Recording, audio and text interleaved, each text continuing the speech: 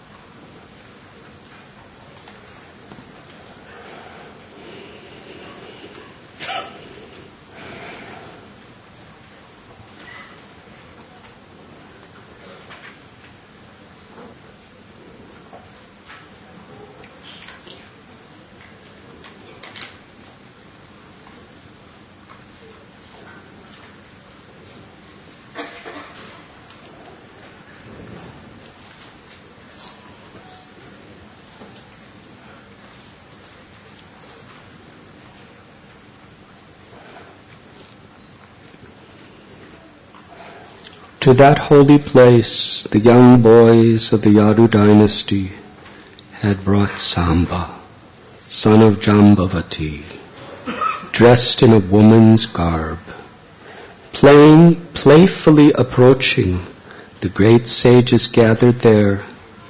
The boys grabbed hold of the sages' feet and impudently asked them with feigned humility, "O learned Brahmins, this black-eyed pregnant woman has something to ask you. She is too embarrassed to inquire for herself.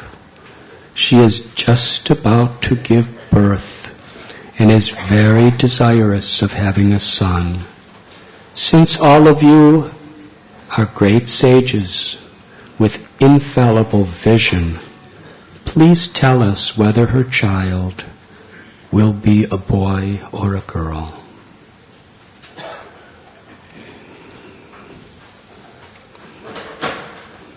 We are reading today from Srimad Bhagavatam, Canto 11, Chapter 1, entitled The Curse Upon the Yadu Dynasty,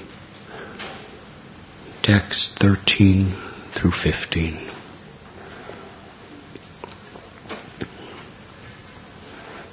The setting of this historical, instructive narration of Srila Sukadeva Goswami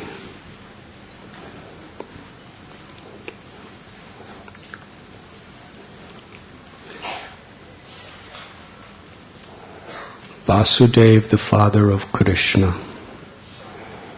invited a group of the world's greatest sages and rishis, Vaishnavas, to his home to perform sacrificial devotional ceremonies for the well-being of the Yadu dynasty,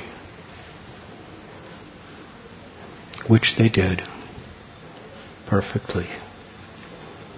And Vasudeva pleased them in every way by his hospitality, by his true devotional attitude. Everything seemed to be so auspicious. At the conclusion of the ceremony, Vasudeva, with such humility, honored them, expressed his gratitude. As the great sages, the scribes, among them were Vishwamitra Muni, Narada Muni, Asita Kalma, Durvasa Muni, Bhrigu Muni, Angira Muni, Kashyapa, Vamadev, Atri Muni, Vashishta Muni.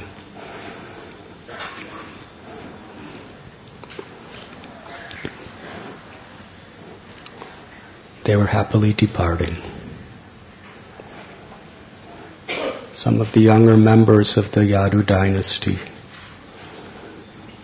it describes here in today's verse, due to their arrogance, they wanted to playfully minimize the greatness of these sages.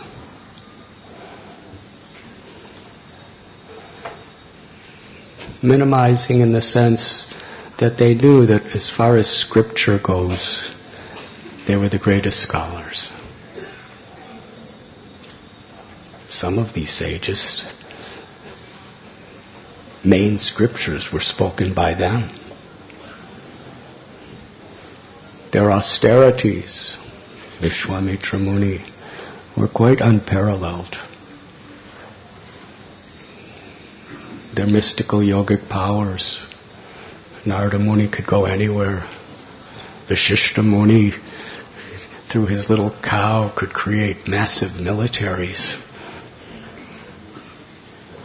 What to speak of Durvasa Muni.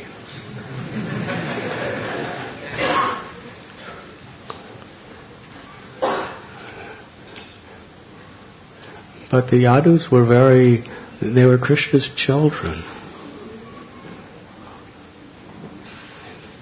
And they had not only the supreme good fortune of having Krishna living with them as their own father.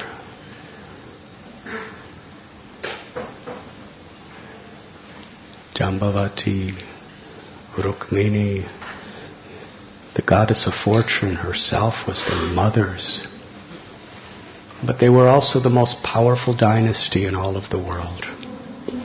And they were super excellent in all their material affairs also. So we see through the eyes of our particular state of consciousness. What is an accurate vision? Srila Prabhupada taught us the only really accurate vision is when we see through the eyes of the scripture. But even that's confusing, because so many people see different things in the eyes of the scripture. We have seen so many debates, arguments, competition, hate, envy, arrogance, in the name of our seeing through the eyes of Scripture. So there's a particular character, there's a particular state of consciousness wherein we can actually see through the eyes of Scripture. It's not simply an academic study. Because ultimately, Krishna reveals the truth according to the sincerity of our intent. Therefore, Mahajano Yena Katasa Panta. Sri Chaitanya Mahaprabhu declared, the only possible way of actually understanding the Scripture as it is by following in the footsteps of great souls. Little Prahlad was only 5 years old. He never even physically saw his guru, Narada Muni.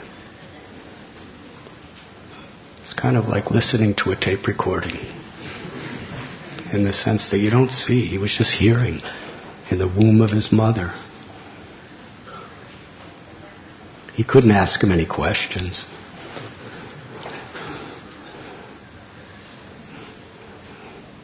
But he was so sincere that by the grace of Narada Muni and his little innocent embryo nature, that sound vibration went so deep into his heart, touched his soul, and awakened his love for Krishna. And when he was 5 years old, there's no record that Narada Muni came to particularly give him physical audience. He only had what he heard from him years before. And when little Prahlad offered beautiful prayers to Narsinghadev, or when he instructed his classmates, Komara Acharit Pragyo, it wasn't just what he said. Because his father, Hiranyakashipu, was a great scholar of Vedas from an external perspective. The Srimad Bhagavatam quotes his explanations of the nature of the soul. We're not this body. Some of the stories and philosophical teachings of Hiranyakashipu, if we take them and just speak without giving the audience the context of who's speaking or what the setting is, we would be thinking, this is perfect. This person is really a sage, he's a rishi, he's just speaking succinctly Vaishnava philosophy. But when we understand his character, we understand that we can take gold from a filthy place, as it is said, but we don't want to follow in his footsteps. Because all his knowledge did not culminate in love for Krishna. Rather, all his knowledge and all of his austerities.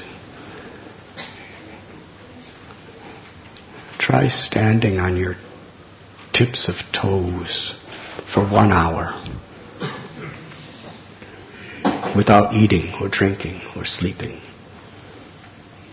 He did it for so many years. Such a tapasi, such a scholar. And he was the son of Kashyapa Muni. Sometimes in India, people are proud to be in the Gotra of Kashyapa Muni. But there's, many, many generations of watering down to Kashyapa Muni. But he was directly his son. That means he's the brother of Vamanadev. He's the great-grandfather of Bali Maharaj. He was very exalted in many ways. but because he did not have the proper disposition. His attitude was all wrong. He didn't really understand. Krishna did not give him the fruit of the Vedas, real enlightenment.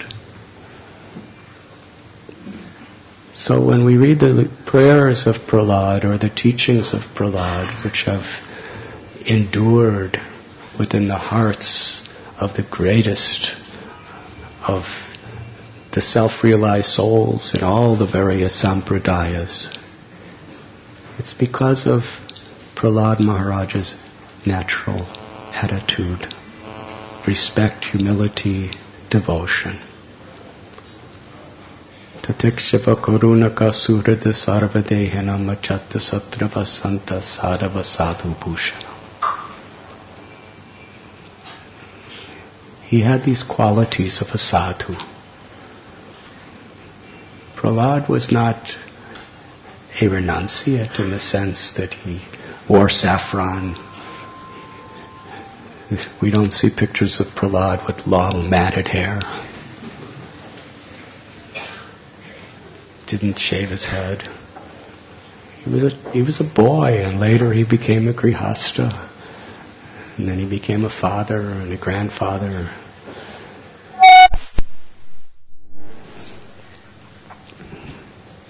But he was a sadhu because he had titiksha. Titiksha means he was forgiving. He could tolerate. He could tolerate the pushings of the senses and the mind. He could tolerate the ego. How did he tolerate the ego? Because he took shelter of the Supreme Personality of Godhead. Jivera Swarupoy Krishnera Nityadas. He considered himself eternally the servant of the Lord. The basic root of all material suffering is the false ego, ahankar. And Sri Chaitanya Mahaprabhu, in his teaching to Sanatana Goswami, he went right to the heart of it at the very beginning with the simple statement, Jivera Swarupoy Krishnera Nityadas. We're not the proprietors. We're not the enjoyers. We're not the controllers. We're eternally God's servant. And Krishna Suhrata Sarva Bhutanam. He's everyone's best friend. Daiviheshu gunamayi mama maya duratya. Mamevamye prapadyante maya me tatarantite. Material nature.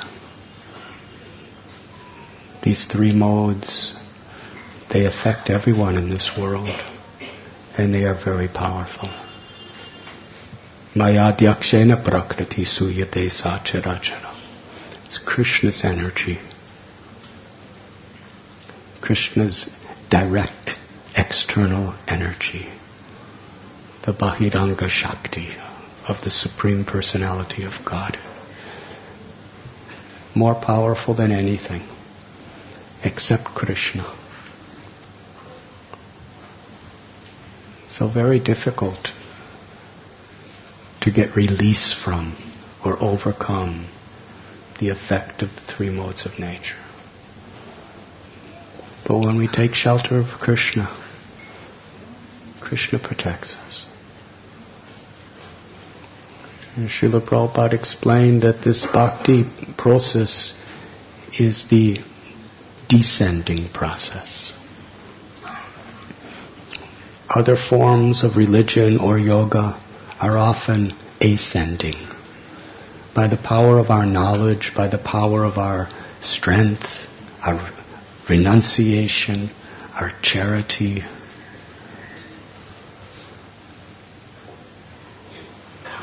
we're trying to achieve Krishna, achieve liberation. We can get, to some extent, mystic siddhis through this process. We could get wealth, elevation to heavenly planets. We could even approach liberation. But actual bhakti, the true nature of the soul, we can never attain. Krishna gives it according to His own sweet will.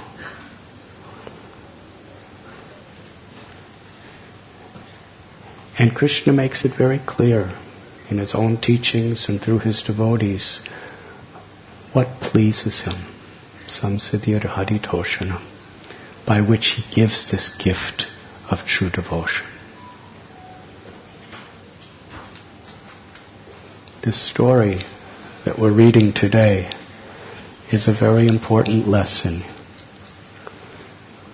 You see, the Yadus, they were somehow or other covered over by the Lord's own arrangement, just to teach a message to the world. When the Lord wants to teach a really important lesson to the world, He often does so through His own devotees.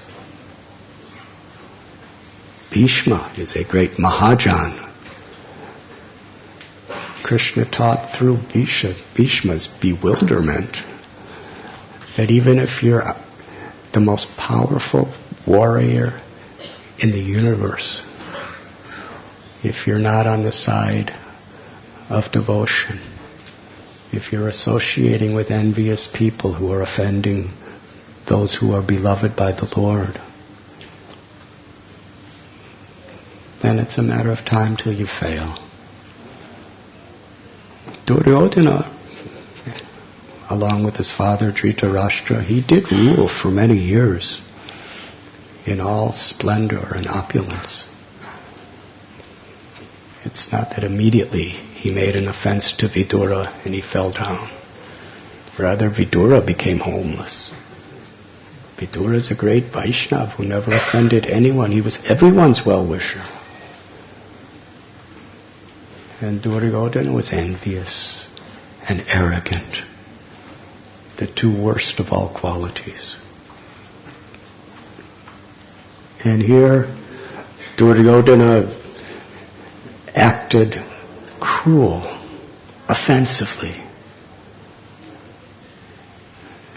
And yet he got to sit on the thrones and rule the world without any rivalry for years and years and years. And all those years, Vidura, he had to leave his family barefoot. He just wandered around, homeless. Nobody even knew who he was, wherever he went practically. And the Pandavas were exiled to forest. And somehow or other, watching it all, Bhishma took the side of Duryodhana. Why? Srila Prabhupada explains, because Krishna wanted to teach the world a lesson. That however great and powerful you are, it's not about material considerations. If Krishna's not pleased,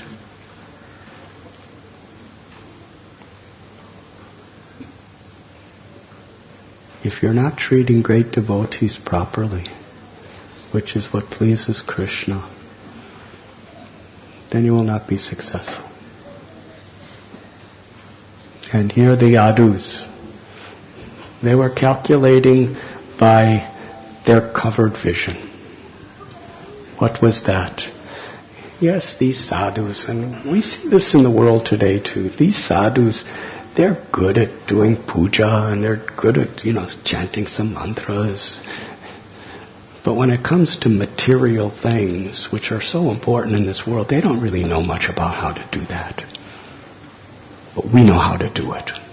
We're managers, we're organizers, we're kshatriyas. We know how to rule. And who's better at all that than the Yadu dynasty?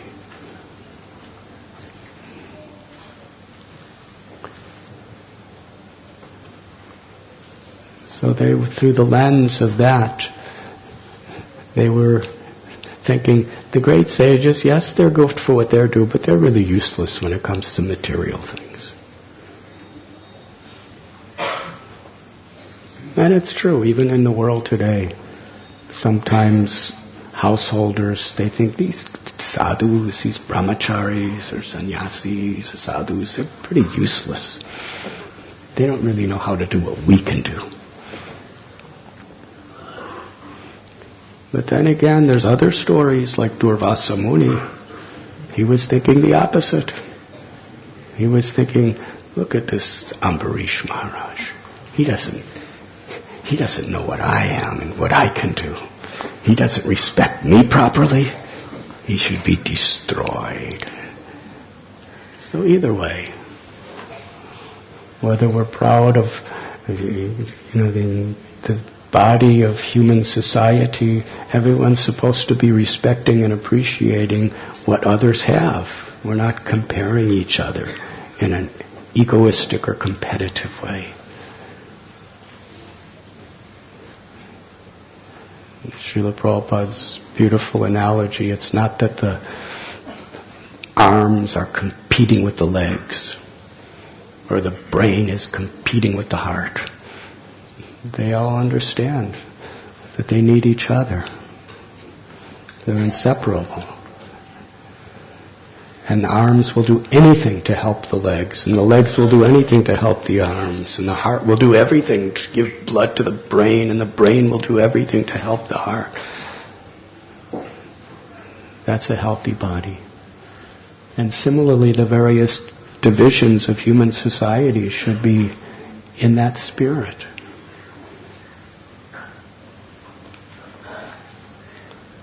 So the Yadus, they wanted to make fun of these sages. So in today's verse, they dress Samba. They dress him up as a very pretty young lady. And they put something under his clothing, sari or whatever it may have been, to make him look pregnant. And understand, the Yadus are expert what they do.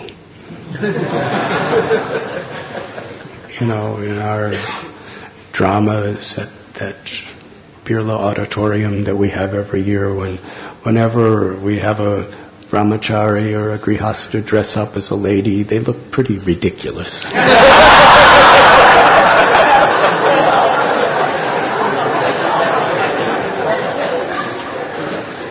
You're laughing because you agree with me, I'm sure.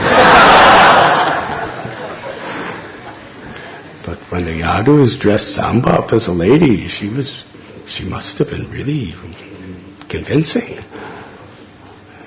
A pregnant lady. And everything about this story is so instructive. The whole psychology of how pride can affect us. The Yadu Kumaras, they fell at the feet of the great sages. They took the dust from the feet of the great sages. They were offering respect externally, but in their hearts they weren't really offering respect. In their hearts, they had a motivation to achieve, which was to kind of show that these great sages aren't really, they're pretty useless materially.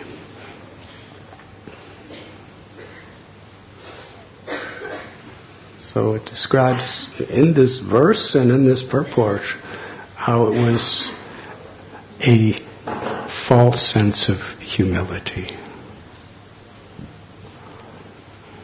Well, what is humility? Humility is not what the world sees. Humility is what Krishna sees in your heart. That's the type of humility that attracts Krishna. Titikshava kurunaka surada sarvadena. Going back to Prahlad, he was really humble. He had no false ego. Therefore he could tolerate. And the prominent feature of tolerance is forgiveness. He was kind, merciful to everyone. And he saw everyone as his friend. He could see no one as his enemy.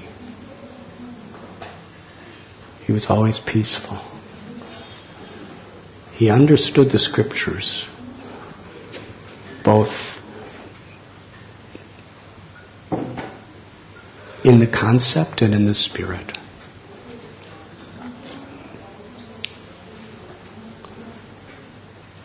He was genuine.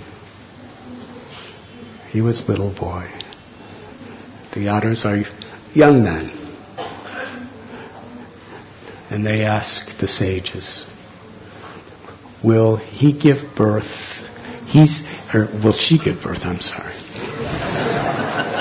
See, I make that mistake, but they were meticulous. They didn't make that mistake. Will this young girl, she wants to know whether her child will be a boy or a girl, but she's too shy to ask you. I guess because if Samba tried to disguise his voice to be a girl, it may have not sounded right. So he didn't have to say anything. They said, she's too shy to ask you, but she wants to know. Will it be boy or girl? And they were just waiting for the answer. Because there's only two ways to answer. Boy or girl. And either one would be wrong.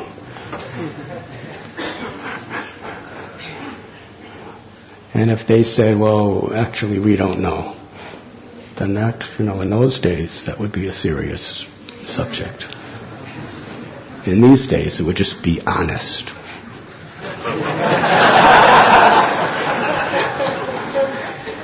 But they were supposed to know in those days.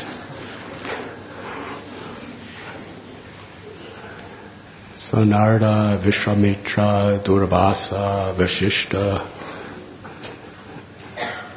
they understood. They didn't actually curse in the sense of a curse the way we think of it in this world. Great sages, when they curse, it's for everyone's well-being.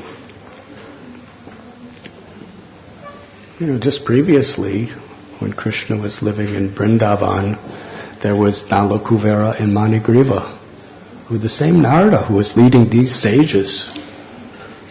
Same kind of situation. Nalakuvera and Manigriva were living in heavenly planets. They were the sons of Kuvera, the treasure of the demigods. They had such beauty, such intelligence, such skill, such a high birth. Everything was there.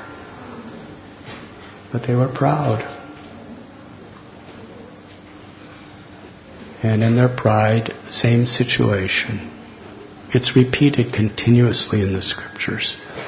In that pride, there becomes envy. And in that pride and envy, we become disrespectful. And we really think we have a right to be disrespectful.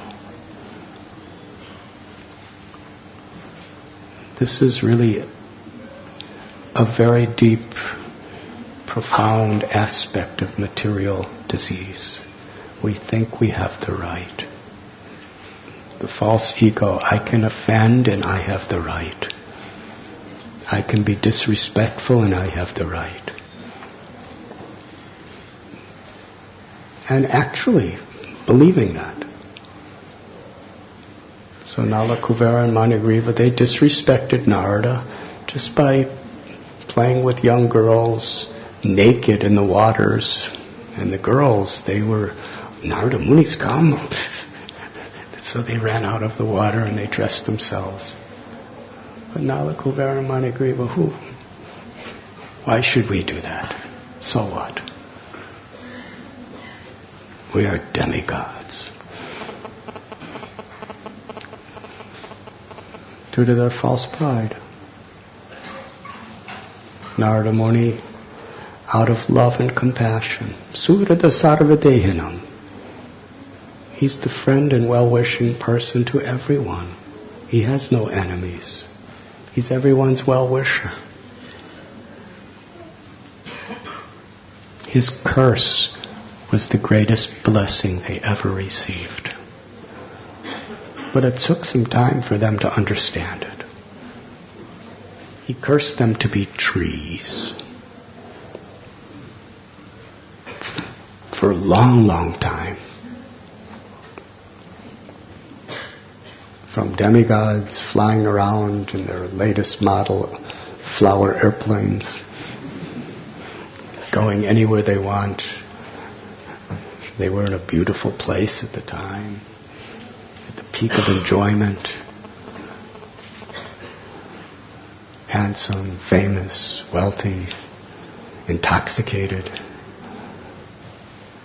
And suddenly they're cursed to be trees. In one sense, it's worse than death. Why is it worse than death? Because everyone has to die, but the soul's eternal. There's no such thing as death for the soul. Nahanyate hanyamane sarire. It's just the body that has to inevitably die. But to live for thousands of celestial years in the body of a tree, where you can't move, if you haven't, you see, trees, they're, because of their very low level of conscious awareness, it's not so disturbing to them when insects are eating at you and birds are eating at you and it's cold and it's hot. You know, some of you I see, you know, you have a scratch, you go like this. Well, when a tree has an itch, what can it do? It just stands there. But you see, Nalakuvara and Manigriva, they had the full consciousness of demigods in the body of trees.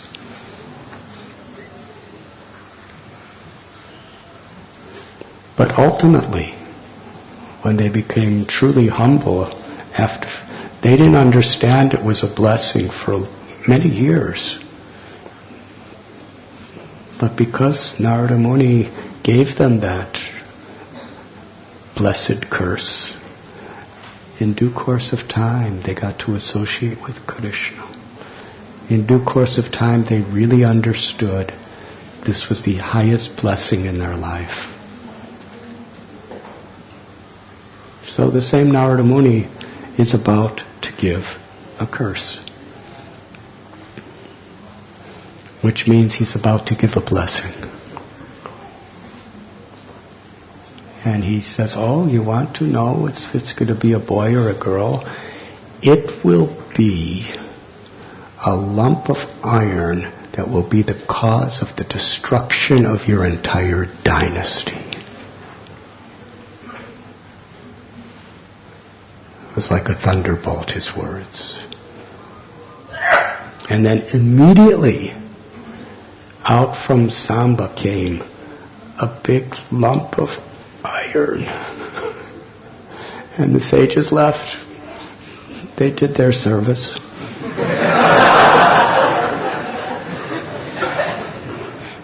Now these Yadu Kumaras,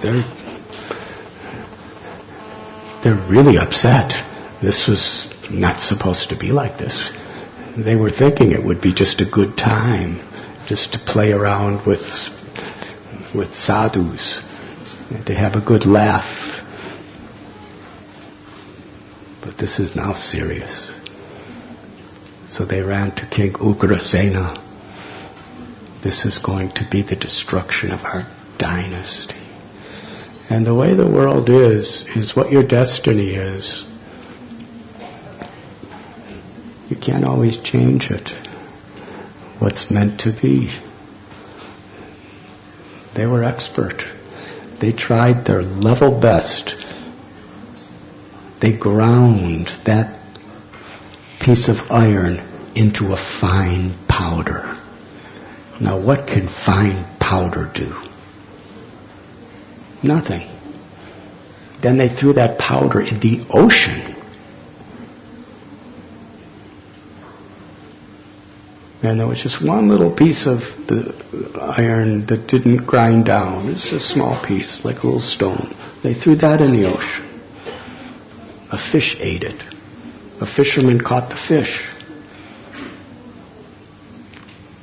Put that piece of stone aside. A hunter came and made it into an arrow. And meanwhile, the fine powder was washed to the shore, and each little tiny piece of powder became a stick, a very hard iron-like stick. And I'm not going to tell you what's going to happen next, because in future classes it will be revealed. Krishna, when he wants to... Well, before saying that... Okay, I'll say it. Krishna will take any situation and make it into a life-changing lesson for the whole world, for those who want to hear.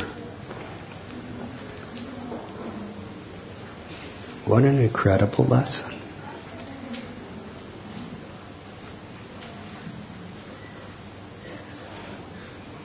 The lesson is how dear devotees are to Krishna. Janmaishwarya shruti shivya edamanamada puma narvarhaki vadatum vaitvam akinchana gocharam. Queen Kunti prayed, the greatest disqualifications for the highest liberation of attaining Krishna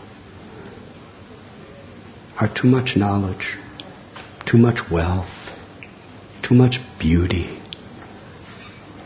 having a very high, prestigious position in society, or high birth. Because they make one proud. Krishna is the exclusive property of akinchana gocharam, those who are impoverished. But Ambarish was not in material poverty. He was a king. And Yudhisthira Maharaj, he was in poverty in the forest, but then he was made the king. So there are so many great examples of akinchana gocharam, of people who had vast wealth and knowledge and beauty and high birth. Akinchana gocharam means to recognize the truth that nothing is mine. Bhoktaram jagatapasam sarvalokamaheshwaram surata sarvadehinam ajatas. That everything is Krishna's property. Therefore, everything is meant to be utilized in his service for his enjoyment. And this is a very happy disposition of the mind when we understand Surata Sarvadehinam, that he's the best, most intimate, loving, well-wishing friend of all. He's within our heart as our dearmost friend. When we have this faith that Krishna is our best friend, then it's the most happy experience in life to recognize everything belongs to him. My intelligence, my abilities, my wealth, my influence, everything is Krishna's. When we recognize Krishna as our best friend, then our only true happiness is to make him happy. But we can't recognize Krishna's love unless Krishna reveals it to us. It's always there.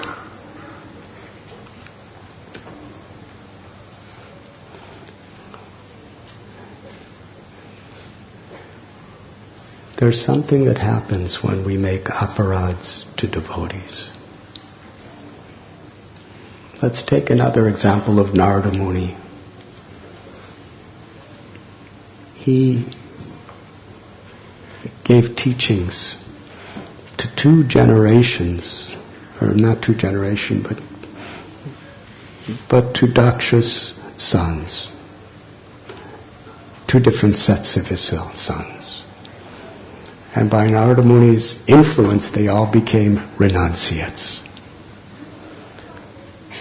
Daksha, the first time, Daksha's a very powerful person. Extremely learned, extremely handsome, extremely wealthy. He's born of Lord Brahma.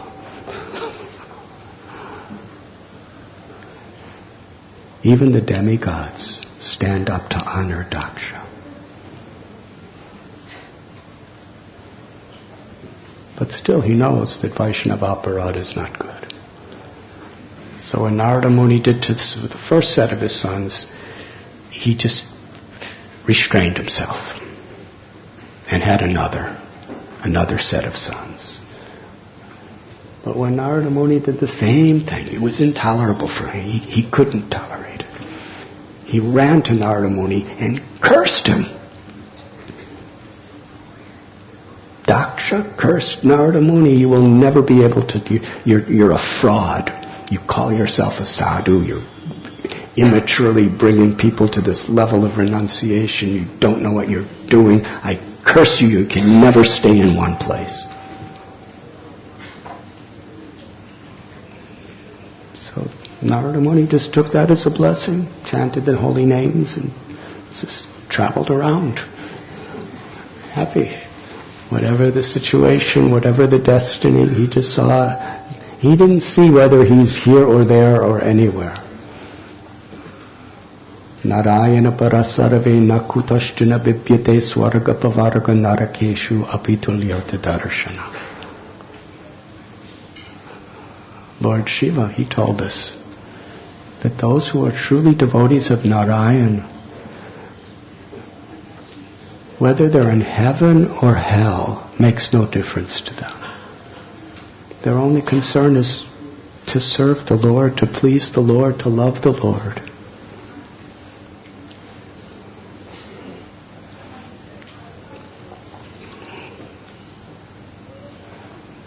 But because he offended a Vaishnav, Daksha, he couldn't appreciate Vaishnavas anymore.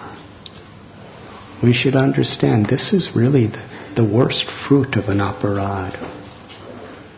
That when we offend Vaishnavas, and what is an offense? An offense doesn't mean accidentally touching a person with your foot. That's a little thing that out of culture. But when we speak or act with envy, or a very condescending type of arrogance, when we try to hurt somebody, that's an offense. When we want to push somebody down because we're envious. Of course, the ego will never think, I'm envious. The ego wants to give justification.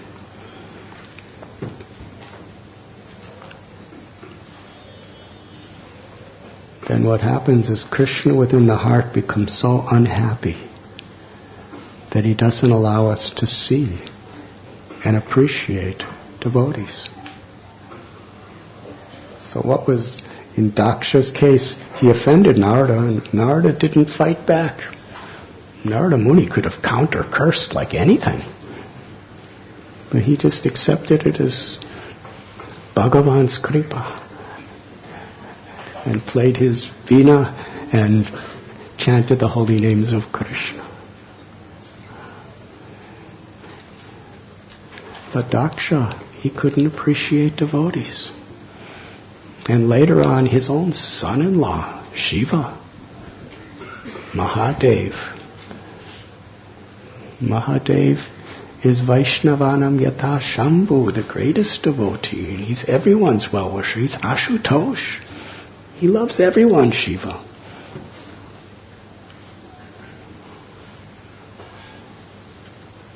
And in those days, a son-in-law is a son. His own son, who was his evermost well-wisher, he couldn't appreciate him. All the attributes of Mahadev that great devotees glorify, he just saw them all as false. He was envious. He came into that assembly where the demigods, the sages, the rishis, Bhrigu Muni, they're all assembled and they all stood up for Daksha. But Lord Shiva was in meditation. He was in a state like a samadhi, so he didn't stand up. First of all, being a guna avatar, he's Ishvara. He's the Lord of the whole universe. He's the Lord of all the universes. Why should he stand up? But still, he probably would have if he wasn't in samadhi. But Daksha, he had this envy in his heart.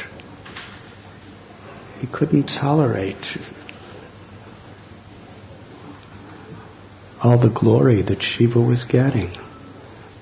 And it's interesting because material, Shiva was in an inferior position. He was the son, I'm the father. So there was this ego. And that ego became envy. So he literally, from the core of his heart, he could not appreciate Shankar's good qualities. He could not, he was totally covered over. It's plain to see who Shiva is. But because he made aparad, he was covered over. It's the result of offense. We find the same situation, and ultimately, because of that offense to Shiva,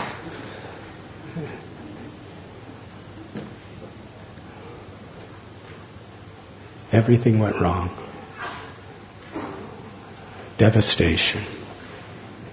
So much destruction. And ultimately,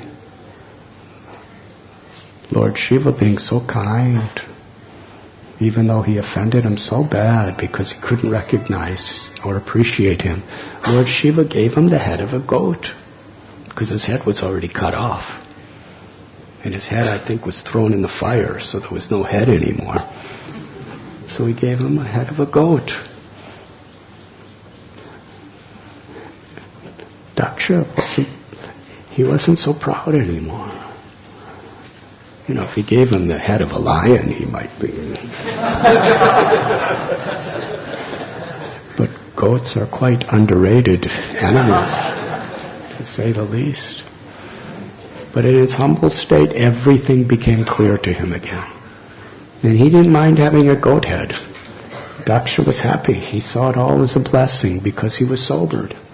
He was able to appreciate Shankar Bhagavan's greatness and his good qualities. Similarly, in Sri Chaitanya Charitamrita, we find Ramchandra Puri. He was a disciple of Madhavendra Puri. He was a great scholar. He was a sannyasi, very austere. But somehow or other, because of his false ego, his ahankar, he was thinking he knew better than his guru. And Madhavendra Puri appeared to be in an extremely vulnerable state. He was on his deathbed. Ishvara Puri was massaging him. Ishwara Puri was cleaning his urine and stool with his own hands. So he was in such a apparently materially helpless condition. And he was crying, "Where is Krishna? I have not attained the Lord of Mathura. Where are you? What will become of me?" And Ramchandra Puri, he thought he knew better. And he told him, "Well, why are you crying? Just meditate on Brahman." You see, Madhavendra Puri did not react just according to his words. He reacted to the attitude. This attitude of false pride. He couldn't appreciate the highest level of a Paramahamsa.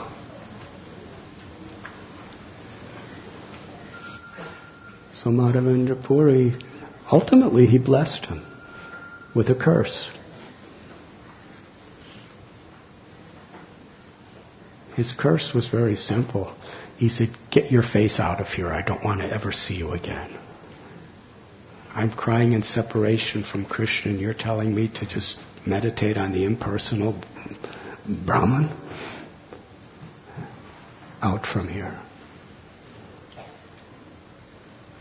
But because he displeased a great Vaishnav, what was the reaction? He didn't have a goat head or anything. The reaction was he couldn't appreciate devotees anymore. To appreciate saintly people is really truly a blessing of the Lord. To not be able to appreciate saintly people is really a curse. Arache Vishnu Shiladir Gurushu Naramatira Vaishnavi Jayapuri. One who considers the deity to be stone or wood,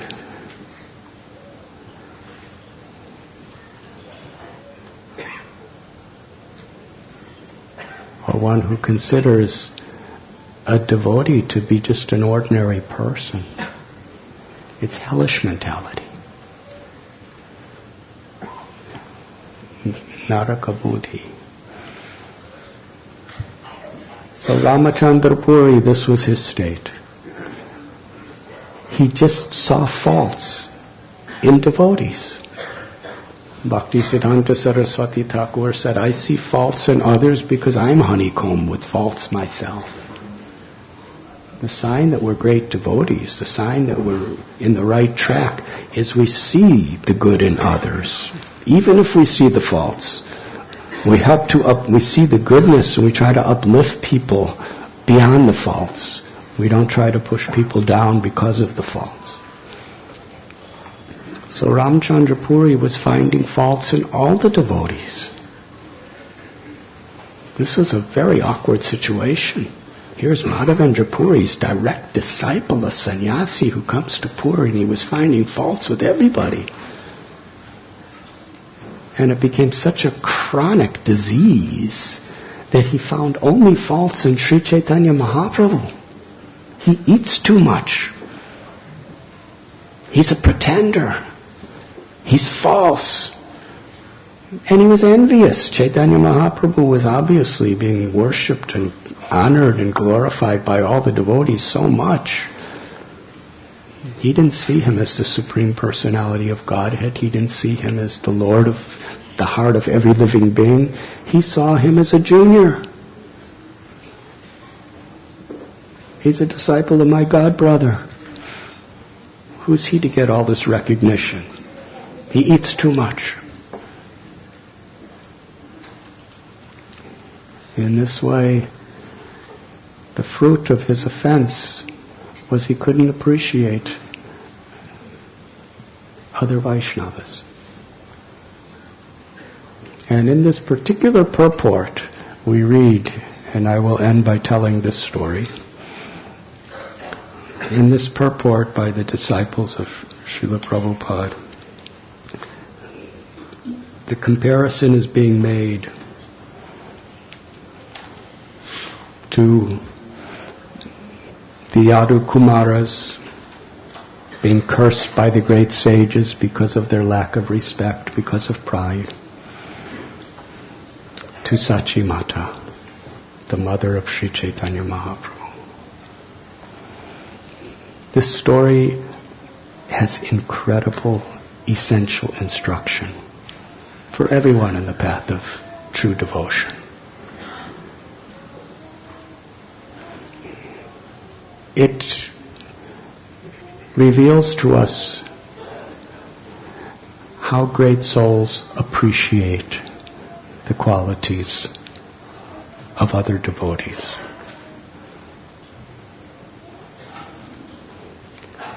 In Sri Chaitanya Bhagavat, this whole story begins with Vrindavan Das Thakur explaining that there is no possible way for anyone to gain love for Krishna unless one receives the mercy of saintly Vaishnavas. This is the core and the heart of the Srimad Bhagavatam. It's the core and the heart of Sri Chaitanya Charitamrita. It's the core and the heart of Sanatana Dharma. Krishna gives himself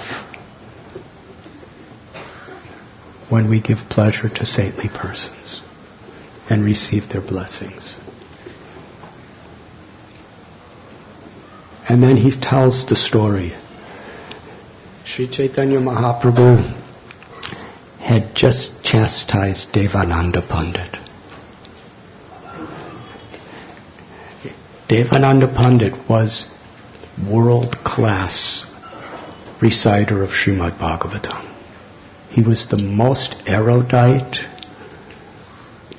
fascinating, and popular reciter of Srimad Bhagavatam in the whole of Navadvip. And Navadvip was the highest place of learning and scholarship in the entire world. So to be the foremost narrator of Srimad Bhagavatam in Navadvip is a very, very prestigious role. He had such great scholars as his students. But he didn't have respect and honor for true Vaishnavas. And therefore he didn't really have any love for Krishna. Because unless you please and get the blessings of pure Vaishnavas, no matter what a scholar you are, no matter what sacrifices, no matter what anything, you can't understand the Srimad Bhagavatam. Krishna reveals it. Yeya dhammam prapadyante dhams tataiva bhajamyam. Krishna reveals according to how we surrender, and the Srimad Bhagavatam, Krishne swadhamo bhagate dharma jnanidi bisaha. In this age of Kali, Krishna has incarnated as the Srimad Bhagavatam. Kali Kale Namarupe Krishna Avatar. Krishna has descended in his holy names. Vrindavan Das Thakur explains that even if we chant japa limitlessly, even if we do great, great austerities and acquire incredible knowledge,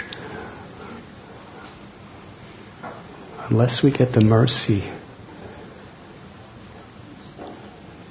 of saintly Vaishnavas, Krishna never gives himself to us.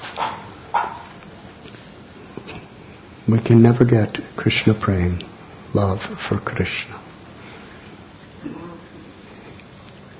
So Devananda Pandit, he was reciting Srimad Bhagavatam eloquently, and Sri Chaitanya Mahaprabhu, he understood that with all of his scholarship, he could, sometime before, he did not appreciate Srivas Thakur. He just treated him like an ordinary person. And he let his disciples, his students, make an offense to Srivas. By pleasing Srivas, he would have gotten more benefit than anything else he ever did in his life. But he couldn't appreciate Srivas.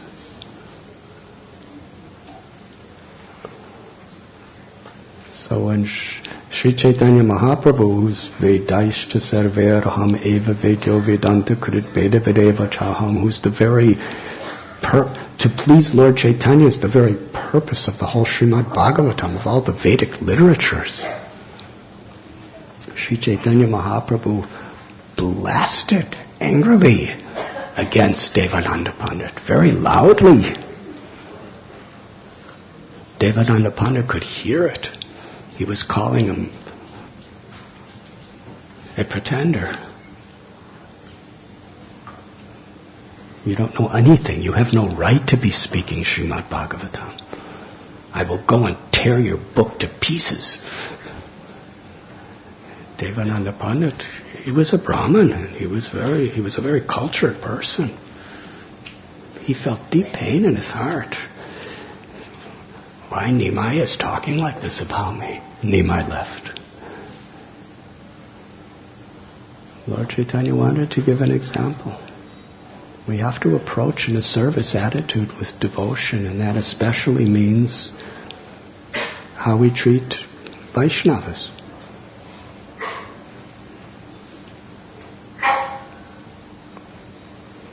And later on, I'm skipping ahead, later on when Devananda Pandit appreciated the greatness of Vakreshwar Pandit, and from his heart sincerely rendered service for him, then everything changed.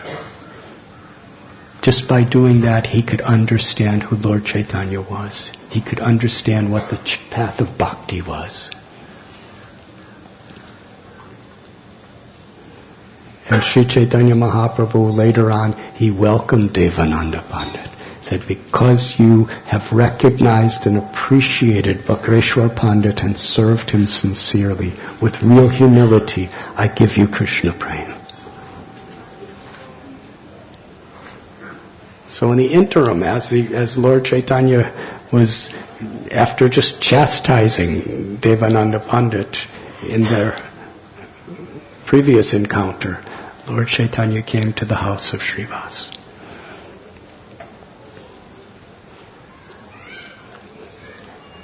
And Vrindavan Das Thakur gives this statement. When we please the Vaishnavas, when we get the mercy of true Vaishnavas, then only does Krishna give love for him. And when we offend Vaishnavas, Krishna withholds. And then Vrindavan Das Thakur declares that he's going to tell a very, very powerful story. And anyone who hears with a humble heart this story, all their offenses to Vaishnavas could be nullified. So I suggest you listen very carefully. Even I'm going to be listening very carefully. Sri Chaitanya Mahaprabhu in the house of Srivas, one of those rare occasions. Usually he would have kirtan with devotees. He would be chanting and would be dancing, and he was always in the mood of Gopi Bharatur Kabata Kamala Das Das Anudas, servant of the servant of the servant. If anyone would call him Vishnu, he would block his ears with both of his hands and he would cry out, Vishnu, Vishnu, don't ever say that the jiva can ever be Paratma. We are all completely dependent on the mercy of Krishna. We are all the eternal servants of Krishna. We are all infinitesimal parts and parcels of Krishna. It's that consciousness only that opens our hearts to awaken love for Krishna. The ultimate liberation. And he would always be seeking to take dust from the feet of the devotees. And he would always be seeking to do menial services for devotees. Sometimes he would If devotees were carrying something heavy, he would take it and carry it home for them. Sometimes he would see in the Ganges devotees washing their clothes. He would take the clothes and wash it for them. This was his example. But on this rare occasion, he sat on the throne of Vishnu and took the Shalagram Shilas that are none different from himself and placed, because they were on the throne. He lifted them up, sat on the throne, and put the Shalagram Shilas on his own lap.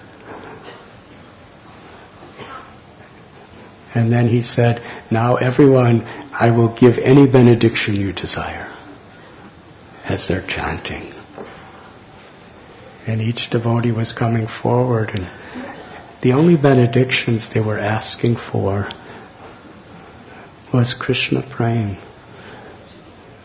for themselves, for their loved ones, for everyone.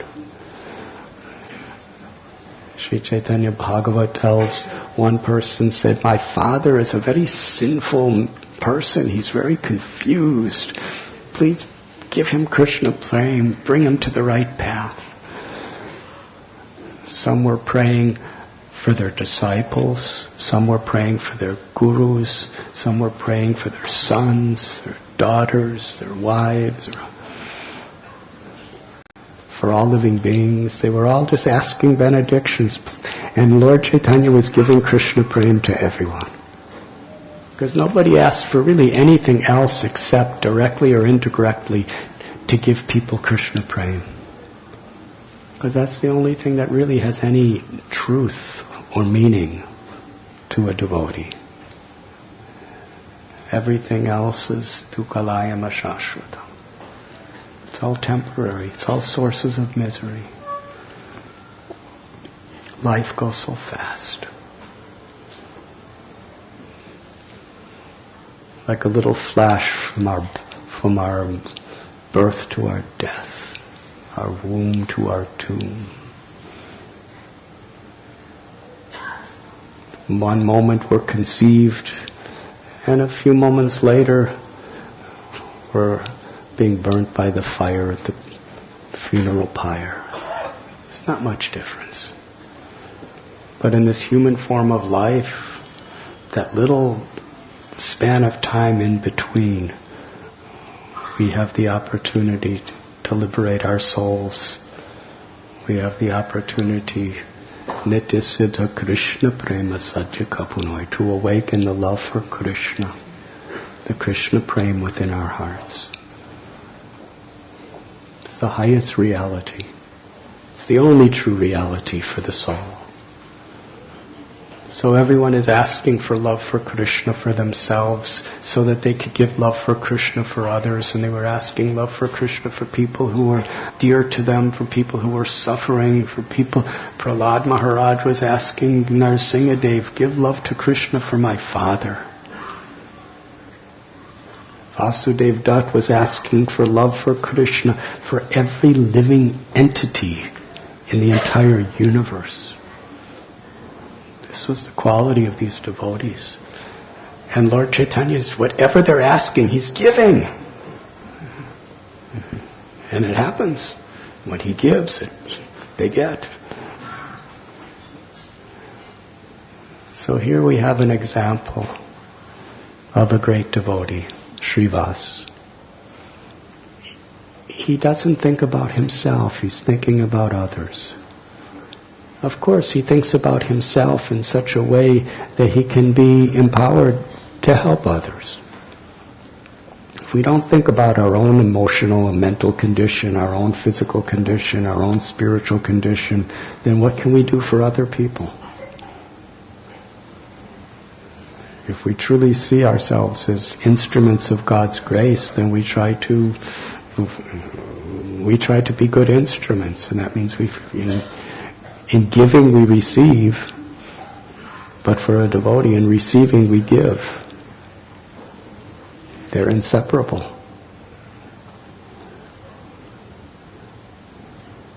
Tadvidi pranipatina pariprashnena sevaya. We inquire submissively from Guru, we render service, we humble ourselves.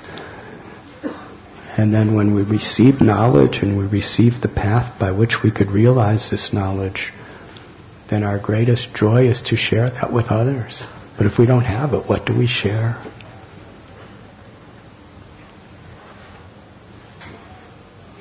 So here we have all these devotees asking for blessings for others and for themselves so that they can better serve others.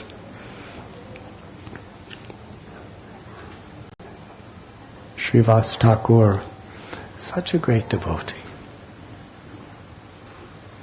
Previously we read about so many people who offended Srivas. Devananda Pandit offended Srivas. Gopal Chapala offended Srivas. And Srivas was always a well-wisher. He was always praying for their benefit.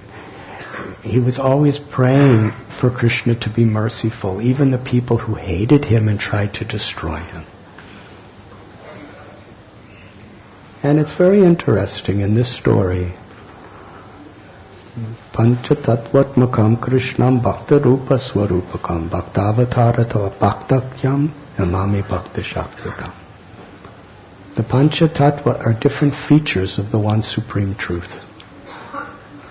And Srivas, he represents the Bhakta, the devotee. He represents all of us. Nityananda Prabhu is Balaram. Advaita Prabhu is Mahavishnu, Sadashiva. Gadadhar Pandit is Srimati Radharani. Srivas is Narada Muni. He represents a devotee. He represents, his example is what we are supposed to be following in the footsteps for.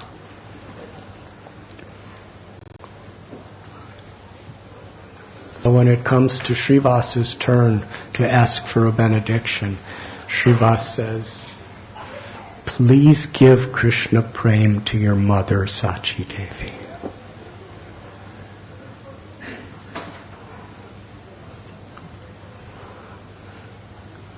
That was his deepest desire in his heart. During Mahaprakash, Lord Chaitanya neglected Mukunda.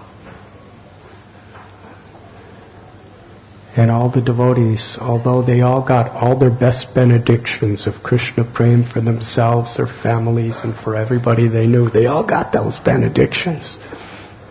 They were all dancing in ecstasy, seeing the beautiful form of Lord Gauranga, accepting their loving offerings. But they were all so sad because Mukunda Dutt was being neglected. So Srivas was crying, please give your blessings to Mukunda, let him come and see you. So that's the nature of Narada Muni. He's thinking how to benefit others. That's the nature of Srivas. So of all the benedictions he could have asked for, he said, please give Krishna Prem to your mother Sachi Devi. So this is one of the most important lessons. How Srivas could appreciate so deeply and be such an incredible well-wisher for others.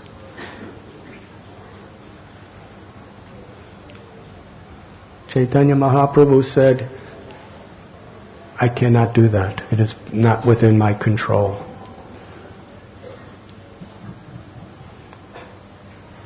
My mother cannot attain love for Krishna. Srivas was shocked.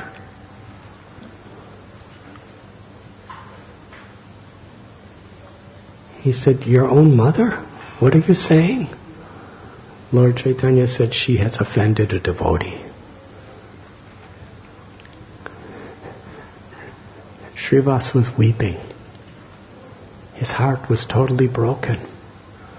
He said, "My Lord, please don't speak like this. I cannot maintain my life if you speak like this. It's so painful. I cannot live. She's your mother. She's the universal mother of all living beings. You, the Supreme Personality of Godhead, you appeared in this world from her womb. She's loved you. She's cared for you selflessly throughout your life. How could you say such a thing? If she made an offense, then please correct her offense. How could a mother offend? How could a child consider the offense of his own mother?"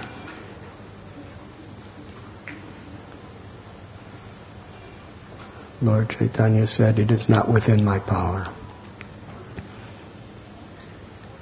Just like you know the story of Durvasa Muni, he offended Ambarish. He went to Brahma. He went to Shiva. He went to Lord Vishnu himself. Nobody could save him. It was only Ambarish that could save him.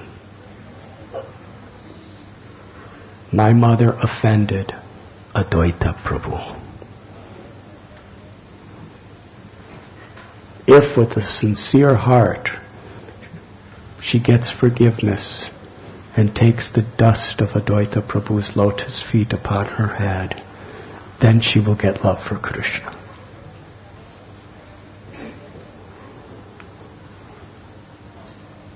Upon hearing this, the devotees immediately went to Advaita.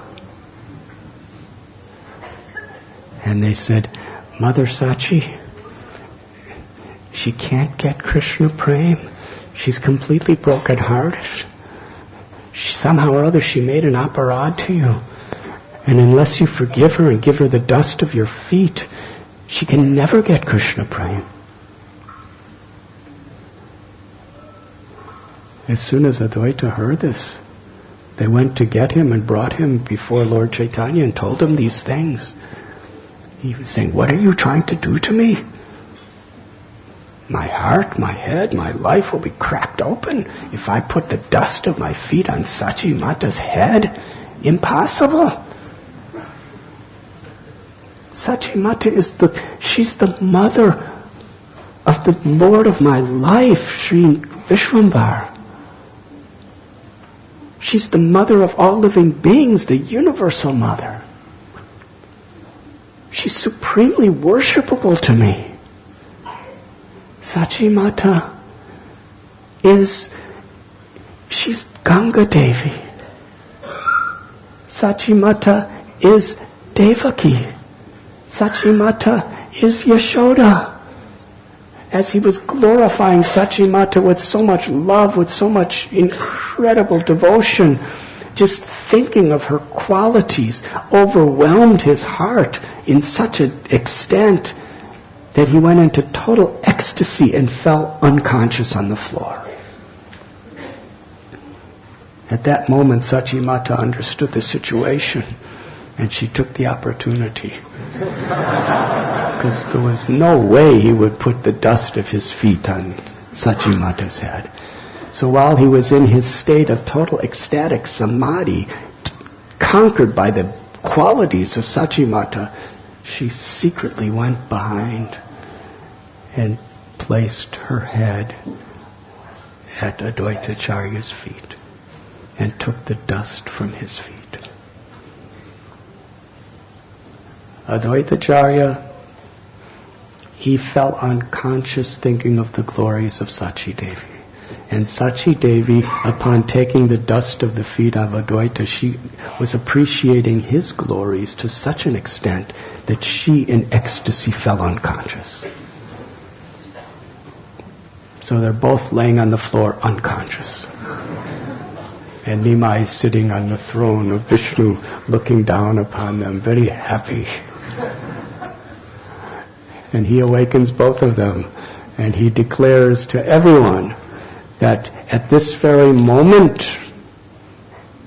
because Sachimata has been forgiven by Advaitacharya, because she has taken that humble role to serve by taking the dust of his feet, on this moment I give her forever Krishna Prem.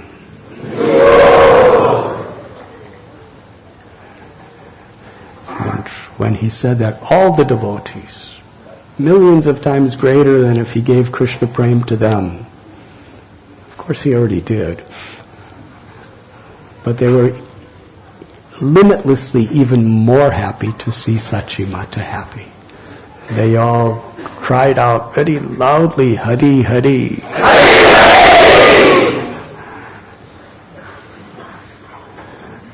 Now Vrindavan Das Thakur explains Sachimata never made any offense. How could Sachimata make an offense to anyone? But Lord Chaitanya Mahaprabhu took a little situation just to show to the world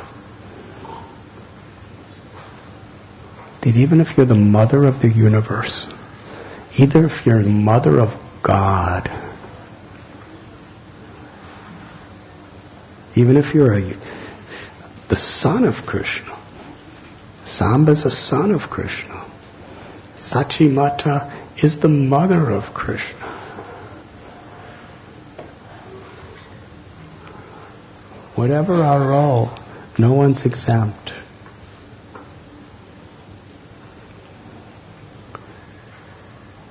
And Vrindavan Das Thakur, he gives this explanation. We should not think in terms of this is a big Vaishnav and this is a little Vaishnav. This is a counselor. This is a counselee.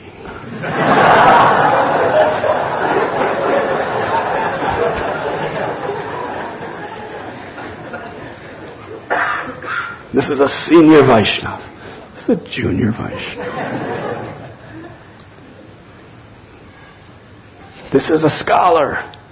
This person who doesn't really know much. They just like to clean. We were speaking recently about that simple Bengali widow who was just illiterate, bringing water to Radha Damodar every day, and how Srila Prabhupada was so moved by her devotion, and how Yamuna Devi considered this old Bengali widow like a Shiksha guru.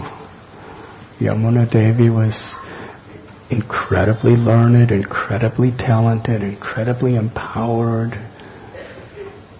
as a singer, as a cook, as a Vaishnavi in every way. She was one of the foremost leaders of our movement worldwide.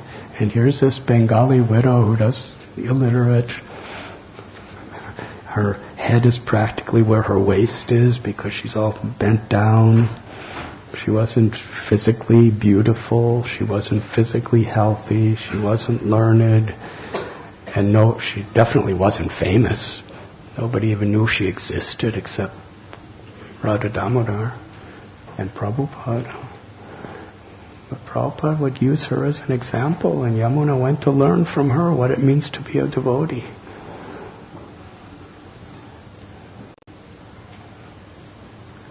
So big devotee, small devotee, rich devotee, poor devotee. Krishna sees the quality of our love. He sees the quality of our intent. He sees the quality of our Vaishnav character.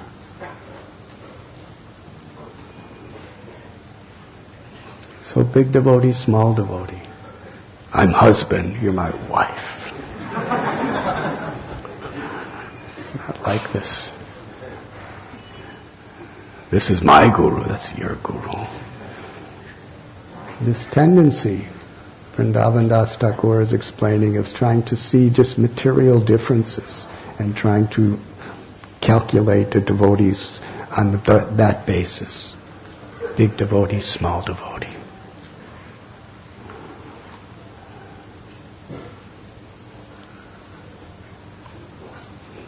This beautiful story, even Sachimata, such an example. she didn't make any offense. But Lord Chaitanya wanted to teach through her, so that any of us who are thinking that because of my qualifications, because of my role, whether you're a guru or a president or a scholar or a famous person, whoever we may be, we can't be disrespectful to others, because it's going to come on us just like anyone else, big or small, even Sachi. So what was that apparent offense? When we hear what her offense is, it only increases our love and respect for her. But still, Lord Chaitanya used her as an example for us, so that we know we're not exempt.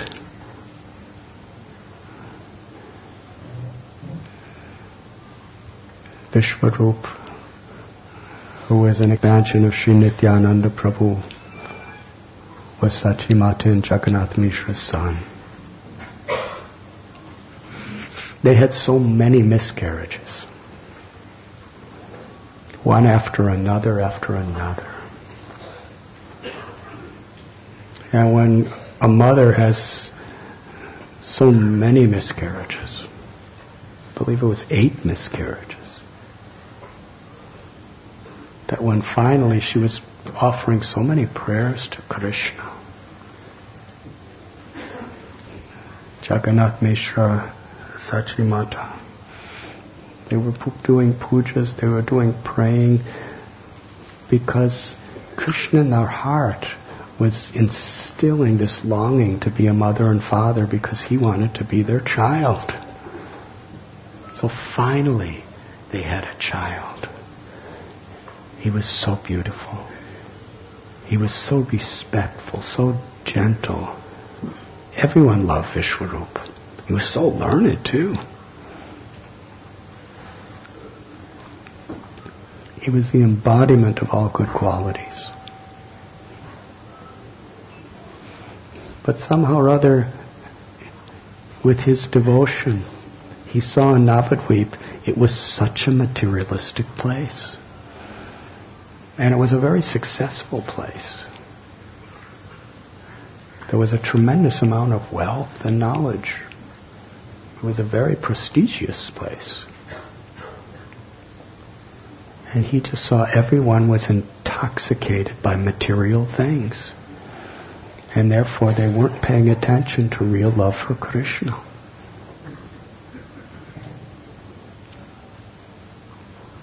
And people didn't care.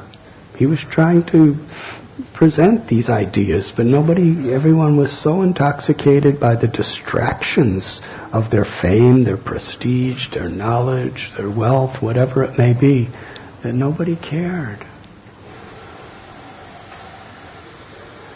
Then he came in the association of Advaita Prabhu. And Advaita Acharya was such a Vaishnava. At one time when Vishwarup Prabhu was going to him, Advaita Prabhu was giving lectures on the Yoga Vashishta, which is generally a favorite book for monists and impersonalists. But Sri Advaita, he saw Krishna everywhere. He was speaking eloquently on the Yoga Vashishta, proving that every word of every line of every sloka was just glorifying pure devotional service to Krishna. Krishna tells in Bhagavad Gita, for one who sees me everywhere and everything in me, for that person I'm never lost, nor am I never lost to me. He was Saragrahi. He was seeking the essence. And therefore he was seeing in every situation Krishna. Teachings how to love Krishna. Vishwarup just loved to be with Advaita Acharya. Advaita Acharya was like his grandfather in age. And Sri Advaita Acharya loved Vishwarup. He had so much devotion. He had so much humility. He was such a respect. His character was all attractive. Vishwarup would spend hours and hours and hours a day just in Advaitacharya's company, Hari Kirtan, Hari Katha, seeing Advaitacharya performing his puja, Madan Gopal. And he hardly came home. At noontime, Sachimata one day, she told Nimai that please go and tell Vishwarup, your brother, that he should come home. Lunch is ready. So little Nimai was a child. He came running to Sri Advaita Prabhu's house. And when he came to the door, all the Vaishnavas headed by Advaita, they were immersed in Harikatha. But when little Nimai came, his beautiful lotus-like eyes and his smiling face, his golden complexion, his limbs covered with dust from playing, he said, "My brother, mother is calling you home. Lunch is waiting for you." And he took the dhoti, the cloth of Vishwarup, and pulled it. Advaita looked at this Nimai.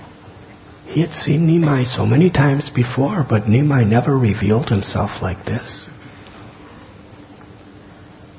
All the devotees, they were so completely conquered by the sweetness of the beauty of Nimai.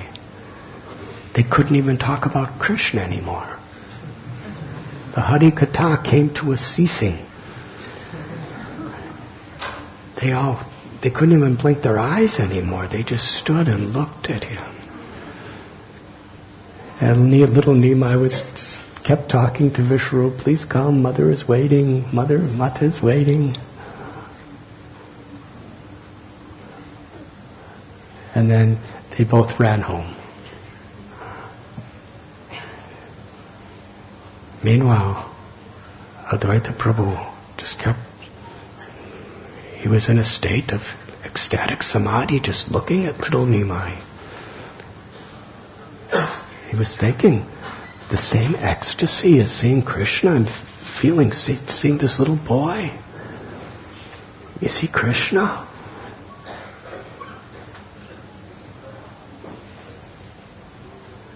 Every day, Nimai would come to bring Vishwarup home.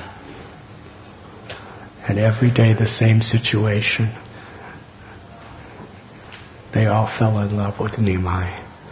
Although by Nimai's own Yogamaya potency, they could not recognize who he truly was, Krishna. But after some time, Vishwarup,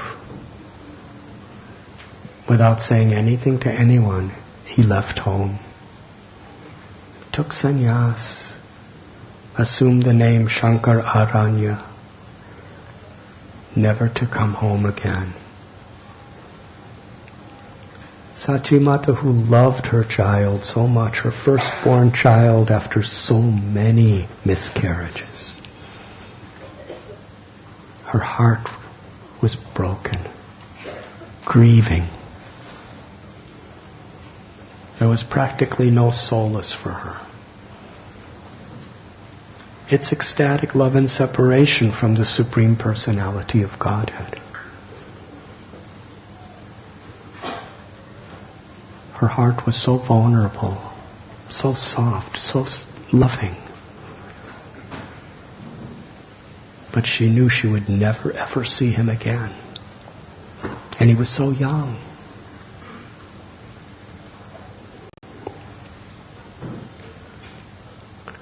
She was thinking at that time that he was so happy at home until he came in contact with Advaita.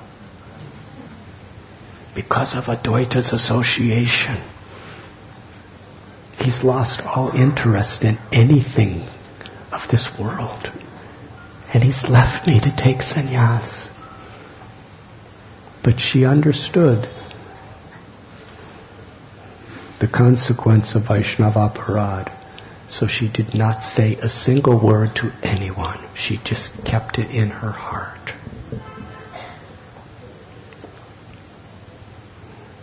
She grieved and she grieved.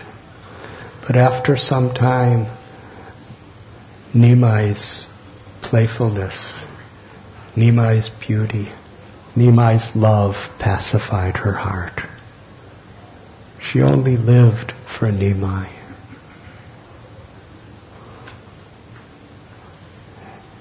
At one time, Jagannath Mishra, he was thinking that our son Vishwarup, he left home because of associating of all these devotees and all this great scholarship. If our Nimai learns the scriptures, then he's also going to leave home, so he should not study anymore. That lasted for some time. And Jagannath Mishra, already having grieved so much the disappearance of Vishwarup, he had a dream where Nimai was a sannyasi with tens and thousands of people following him, and everyone was being induced by the Lord to chant the holy name.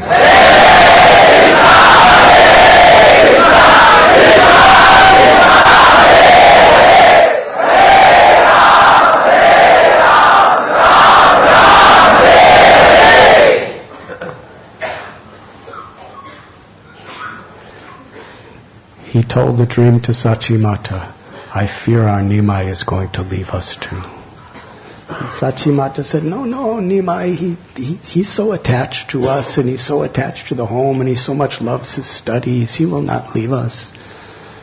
And just the thought that he would leave, Jagannath Mishra left his body. He gave up his life. He couldn't even imagine, just the thought of going through that again, he couldn't. He just had a fever and left. And Nimai was at his feet crying as he was leaving. He was right there, but the imminent possibility of separation he was unable to live through it. But Sachimata was now alone. Her husband was gone. Her eldest son was gone. All she had was Nimai. She lived only for Nimai. She breathed only for Nimai. Nimai was married. But after the years went by, Sachimata noticed after Nimai went to Gaya and took Diksha from Ishwarapuri, he was spending most of his time at Adwaita's house.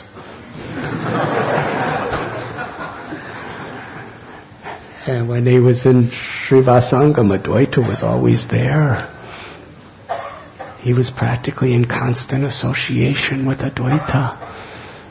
And he was so much involved in Hare Kirtan and Hare Katha, he was hardly coming home.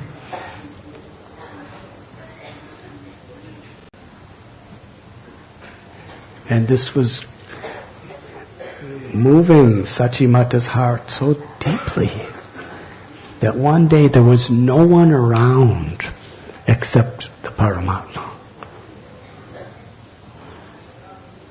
But in her total motherly loving desperation, she called out, the whole world knows you as Adwaita, but to me you are Dvaita. Adwaita means you are bringing oneness, you are bringing harmony. But instead of that, you are dividing. Adwaita has already taken away from me my son, Vishwarup. And now he's taking away The only reason I live, my Nimai.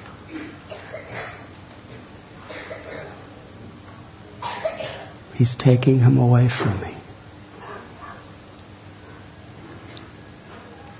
The world calls him Advaita, but I call him Dvaitaya, one who's full of duplicity. I'm a widow. I'm helpless. I have nothing, I have no one except Nimai. My husband is gone. My eldest son is gone.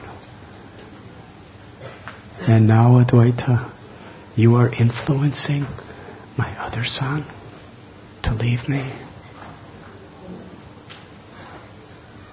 She was weeping, she was crying. She wasn't talking to anyone. It was just an expression of her pure, ecstatic, motherly love. That was not an offense. That was the highest level of love and separation. Only Lord Gauranga in her heart heard what she said.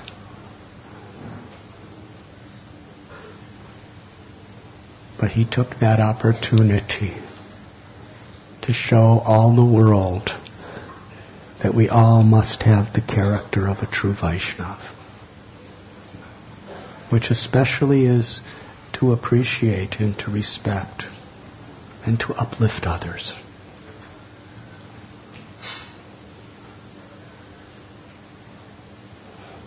Vrindavan Das Thakur explains that Sachi Mata, anyone who even says her name, everyone who even hears her name, in Bengali, Ai is a word for mother, I assume. Anyone who even hears the word mother and remembers Sachi Mata will be so blessed. That is the power of her love. That is the power of her compassion.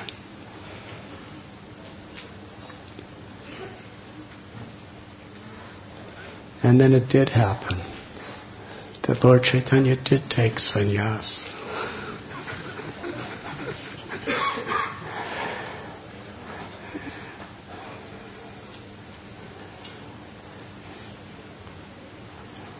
And Sachi Mata, she prayed to the Lord to stay home. How she prayed. You have come to this world to teach true religious principles. Are you going to teach the world that true religious principles means to kill your own mother? Because if you leave, I will die. I cannot live. I have nothing. I have no one except you.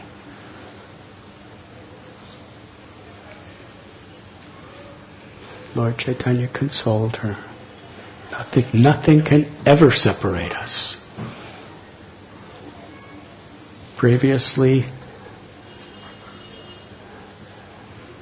you were Prishni and I was your son Prishnigarba. You were Devahuti, I was your son Kapila. You were Aditi, I was your son Vamana. You were Kausalya, I was Ram. You were Devaki, I was Krishna. You were Yashoda, I was your Krishna. Your mother Ganga was purifying the whole world.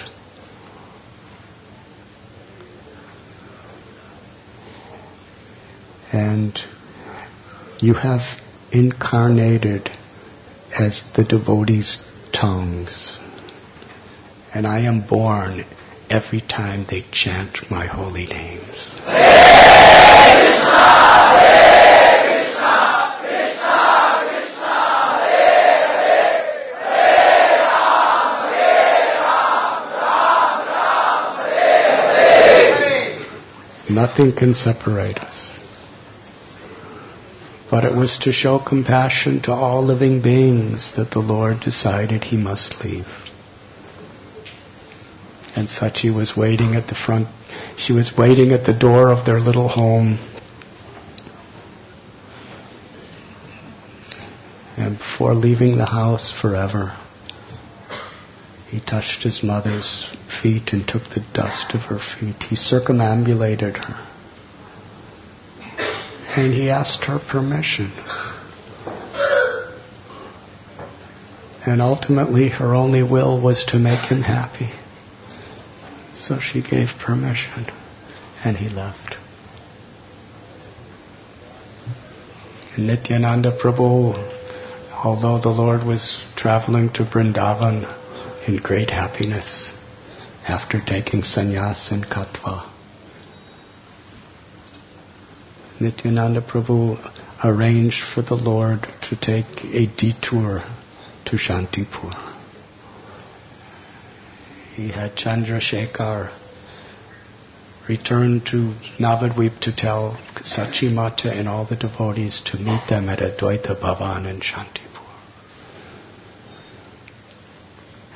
And there Sachi Mata saw Lord Chaitanya. He was no longer Nimai. He was now Sri Krishna Chaitanya Mahaprabhu, his sannyas name.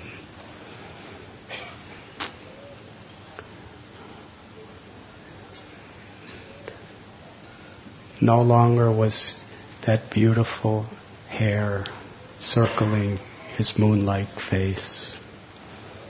No longer was his beautiful cloth and garlands.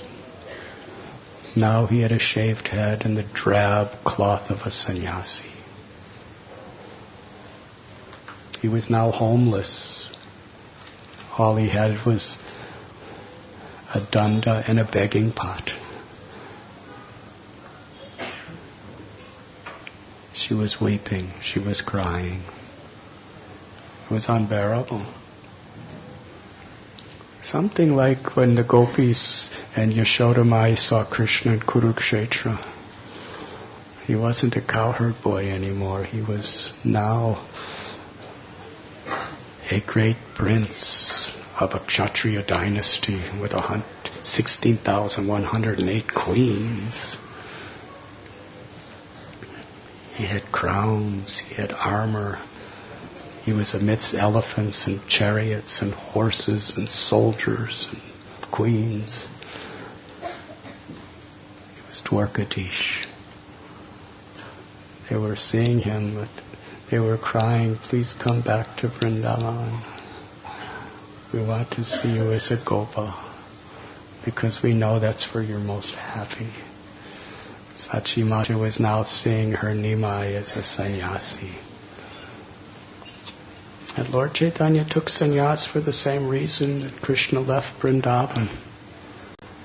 He left to rid the world of the great burden of the demons.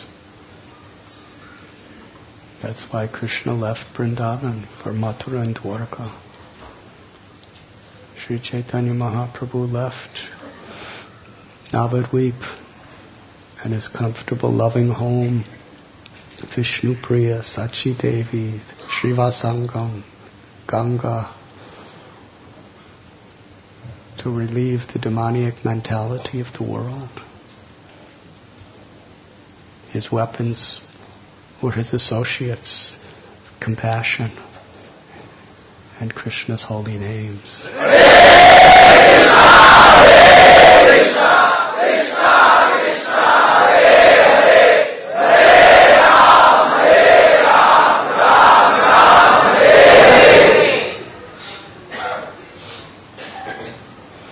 When Lord Chaitanya Mahaprabhu saw Sachi Mata's condition,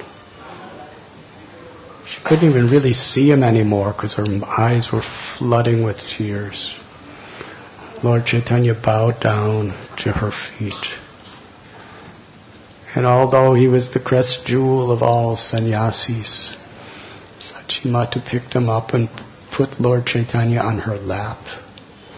She embraced him.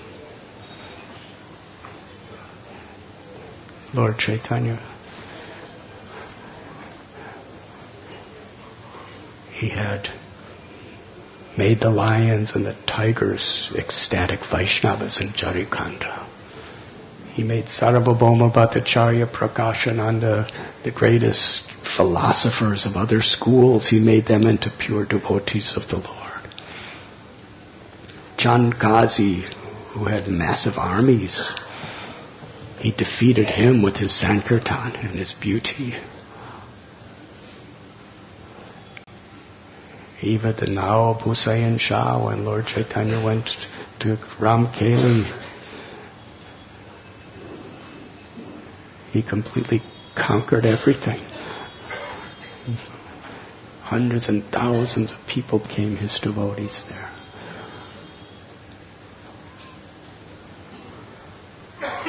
But he was conquered by the love of his mother. I'm yours. I had no right to take sannyas. I was crazy. Somehow or other I went crazy. I left you, my mother. You have given me my life. You've protected me. You've given me all my love. Whatever devotion I have is only because of you. And I broke your heart. Now I'll do anything you say. I'm yours. He would have gone home and lived with her. But Sachimata's selfless, loving service, it was not about her. His mission was to give Krishna consciousness to the world. She did not want to stand in the way. She said, you must go and you must do your wish, your mission. But if you go to Vrindavan, I'll never know what you're doing. If you go to Puri, I'll get Jagannath Puri. I'll get regular news about you, and that will keep me alive. And I'll be able to send you prasad sometime. The same Krishna that lives in Vrindavan is in Puri as Jagannath. So Sri Chaitanya Mahaprabhu made that decision. For the rest of his pastimes in this world, he made his home base Jagannath Puri.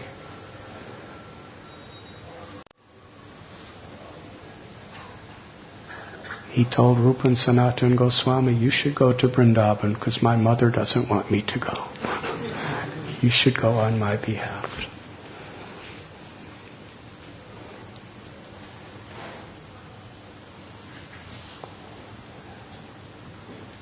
Such a mother, such a son, such love, the source of all love.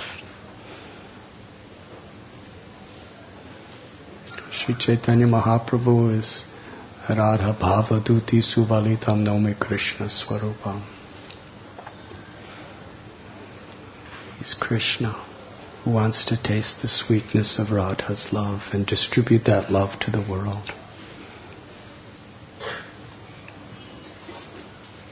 But to receive that love, it's not just a sentimental, automatic thing. We must understand the teachings that he emphasizes so much if we want to receive that love. And in relationship to these beautiful stories, Sri Chaitanya Mahaprabhu, Lord Krishna, he was just wrapping up his Leela.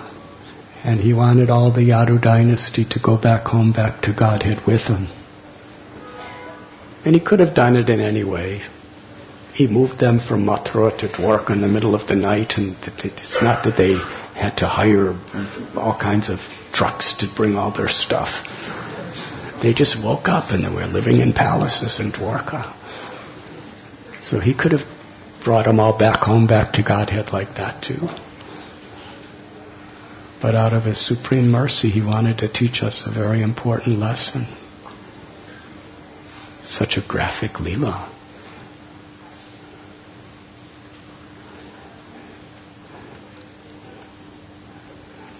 And the example given in today's purport is Sachimata. even her love, which completely conquers the Lord. And what Lord Chaitanya is teaching us, what Krishna is teaching us, is the character of respect. Even if we disagree, it should be with respect.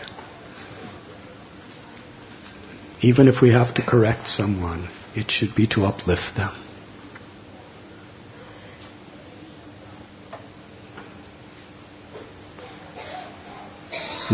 No one is our property. Everyone is Krishna's property. And we're all entrusted with the service to perceive every situation and every person in such a way that we could really be of service to them somehow or other. That is character of Vaishnava. It's not that we should just live in fear of offending Vaishnavas. It's that we should understand. If somebody's doing something wrong, it's not that we have to allow it to be. But arrogance and envy are the two principles that destroy our character as Vaishnavas. And we have to be very much on guard. Because as Madbhakta Puja Vyadika, the greatest worship of the Lord is worship of His devotees. Doesn't mean we have to do puja to every Vaishnava we see with flowers and ghee lamps. It means we try to appreciate. We give respect. We don't want to lord it over others. We don't want to offend others. We want to uplift. Because how we treat Vaishnavas is how Krishna receives our service.